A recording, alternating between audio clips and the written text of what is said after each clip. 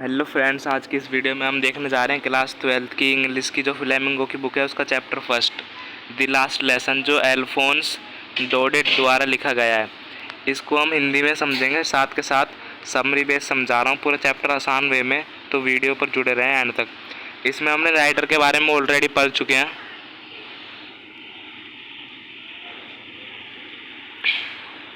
तो अब शुरू करते हैं हम अपना चैप्टर। तो इसमें क्या होता है ना, ये चैप्टर फ्रैंक और पर्शियन के युद्ध पर है पूरा, तो इसको हम समझते हैं। अब शुरुआत होती है, I started for school very let that morning and was in great dread of a scolding. मतलब उस दिन मैं सुबह बहुत देर से स्कूल के लिए निकला और मुझे डांट पड़ने का डर लग रहा था, लेकिन गर्म मौसम, पक्षियों की चहचहाट और मैदान में पर्शियन सैनिकों के ड्रिल करने का दृश्य मुझे रोक रहा था। मतलब ये सारे दृश्य उसे रोक रहे थे।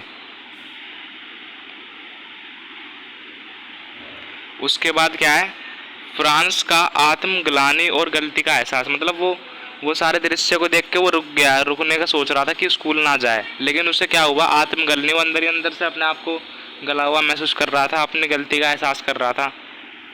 तो I had strength to resist and hurried off to school.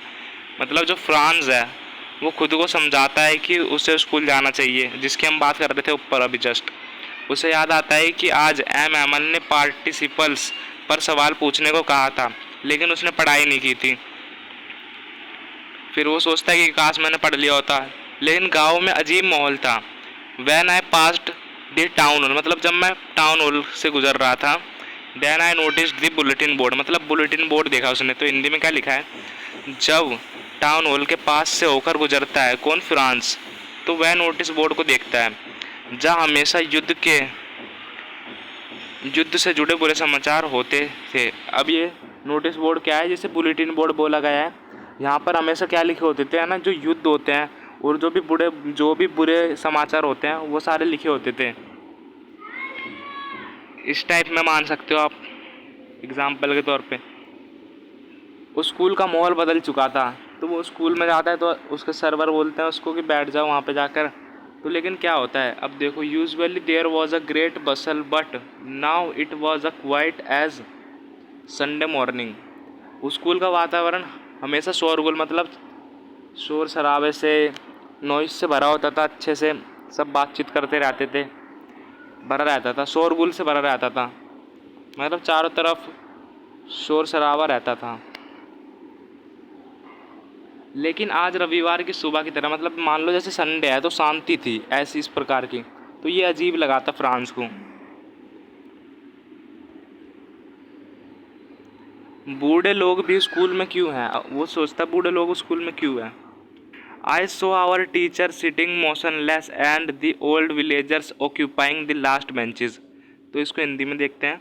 मतलब जो फ्रांस है वो देखता है कि स्कूल के आखिरी बेंचों पर गांव के बुजुर्ग लोग बैठे हैं, जैसे कि होजर द फॉर्मर मेयर आदि।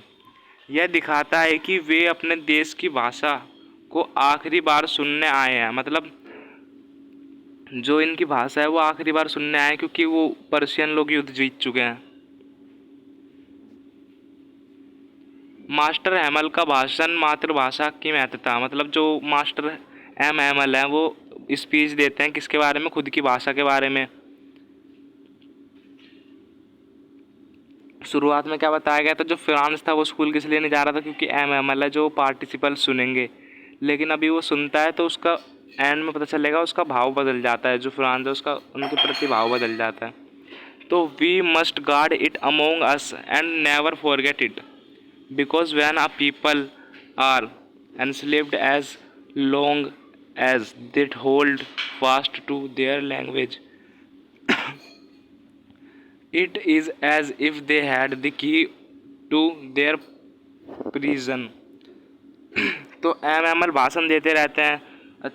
आप जानते हो जैसे स्कूल में स्पीच देते हैं तो वो लंबी हो जाती है, बहुत छोटी मोटी देते नहीं है कि 1 मिनट में दे दी और भग गए। तो जो भाषण दे रहे हैं वो तो लंबा ही होगा, स्पीच तो लंबी ही होगी। तो एम एमएल उस भाषण में क्या बताते हैं, भाषण देते हुए, कि मातृभाषा को भूल जाना गुलामी को स्वीकार करना है। मतलब हम खुद की भाषा को ही भूल जाएंगे तो ये गुलामी के बराबर है, गुलामी को स्वीकार करना है।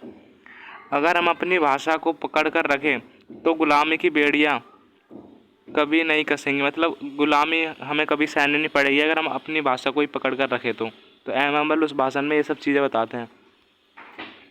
तो आखिरी दृश्य में क्या होता है, मतलब एंड में क्या होता है, एक शब्द भी नहीं बोल पाया। अब इसका मतलब क्या हुआ, I tried to say something but my throat choked, he wrote and the board vive la France. Vive la France मतलब फ्रांस अमर रहे या फ्रांस जिंदाबाद रहे। क्या लिखा है हिंदी में, जब घंटी बजी सभी छात्र चुप थे, एम अमल ने बोर्ड पर वाइव ला फ्रांस लिखा, मतलब फ्रांस अमर रहे, और हाथ से इशारा करके क्लास समाप्त की। तो यहीं पे चैप्टर ख़त्म होता है। आई होप आप सबको समझ आया होगा।